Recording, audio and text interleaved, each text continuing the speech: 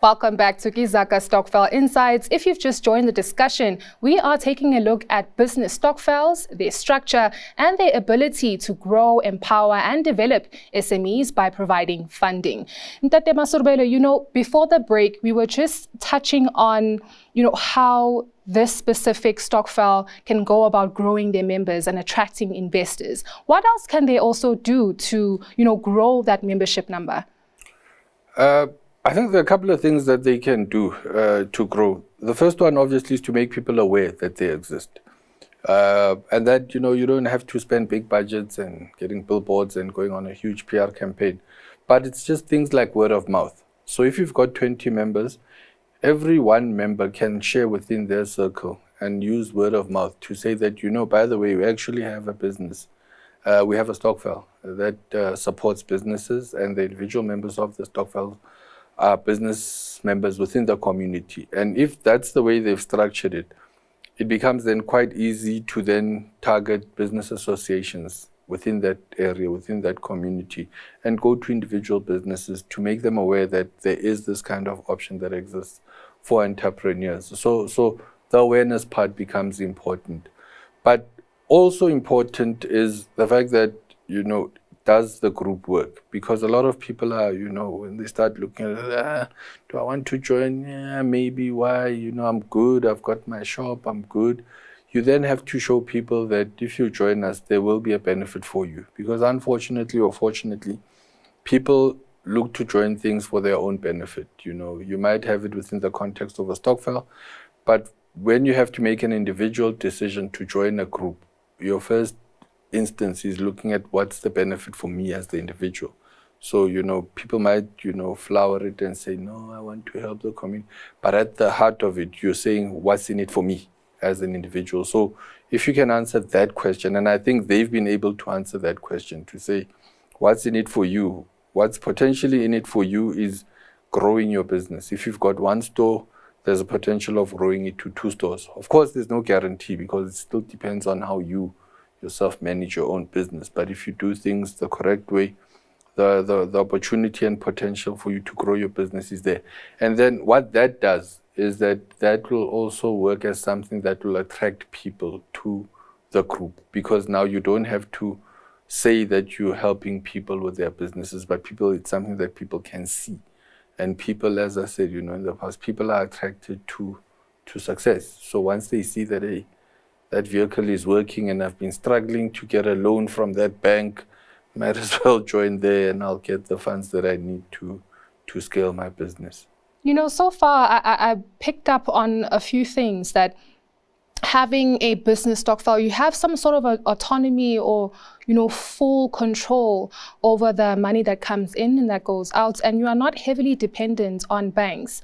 But what are the risks, or what's the downside of having to opt for this stokvel structure?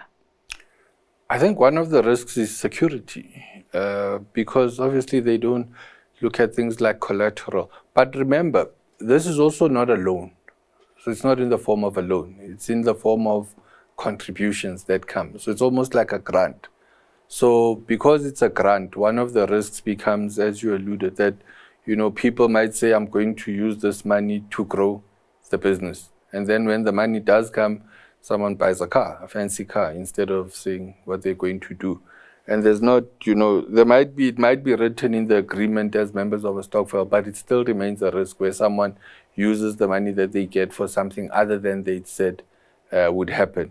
Of course, unless it depends on the industry, where some people have told us that it's not a risk. We've raised that particular risk with them, and they said, look at us, we are in a particular business, and no one is going to do something contrary to what they said they do. We have our own ways of managing risk. So that's one of the downsides. But remember, banks are still in play here. So even though it's large amounts of money, so that money, businesses then deposit that money into their business accounts. So banks are still, a stakeholder in this whole process. So one of the things, the downside was to say, because, it's large volumes of cash, we've been trying to encourage, in particular, community businesses to say the principle stays the same, but it doesn't have to be a cash environment. You can still make the transfer. Everyone comes with a deposit slip so that Thabiso, being a member, doesn't walk out with 500,000 rand in cash and gets robbed as soon as he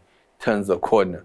So you transfer the money and everyone brings a receipt, and Thabiso at the meeting confirms to say, yeah, I received a deposit, reference was, Nonto, I received a deposit, reference, and you can account for everyone who's made that sort of thing. So there are those risks, but we think the risks are, you're able to manage those risks. Are there any circumstances or situations where, some members can't really wait their turn because of whatever, shortfall or situation that may have taken place in their business, where they now need that money right now? How does that impact the group as a whole? Yeah, I think very good question. I think that's one of the advantages of doing it through the group with this grant system, with the Stokvel group, as opposed to doing it with a bank or a financial institution where processes, might not be as agile as they require. So you require agility in the sense. You're talking about agility for business, which is something that business owners are looking for.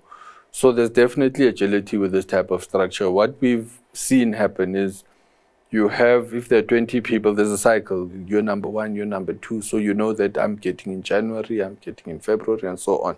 So when your turn is, if your turn is in September, but you need it in February, you're very open to engaging with your colleague or your fellow member of the group who's in February and saying, can we swap? Because my need is a bit more urgent than your need. So someone in February says, no, you know what, I was going to use it for, CapEx expenditure. So it's not something that's really urgent. It's something that can wait. In fact, it gives me time to plan how I'm going to do it if I can have it in September. So you have that agility of members being able to swap positions. So that's one of the mechanisms that people have used. You also have the option of going to the group and, being on the agenda item within the group and saying, guys, I've got a situation. And remember, the group comprises individual entrepreneurs. So you then say, here is my challenge. You might find that you get a solution amongst your peers within the group. So you can't just request. It has to be an overview. Yes. Because, and sometimes it might be something that doesn't require money. You might get guidance to say, this is how you can solve this thing. You're also pulling on, remember, our assumption is that the benefit within such a Stokvel is monetary. So your only benefit is money. And we're saying it's not necessarily only money, but you can draw on the expertise of fellow entrepreneurs, fellow business people who may have gone through what you are going through. So they might be able to give you valuable information to say, oh, no, how about you do this? Because I'm an entrepreneur, I've experienced what you're going through. Perhaps you might want to do this. Or it might not even be at the cost of the group itself. A fellow member might say, outside of the group, I'll be able to assist you because I've heard you've got a problem. But now it's almost like pitching to 20 banks at the same time.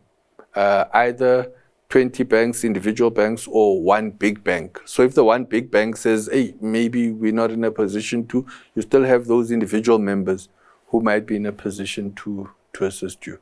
Well, thank you very much for that, Thabiso. Wishing you all of the best. Thank you, ma'am.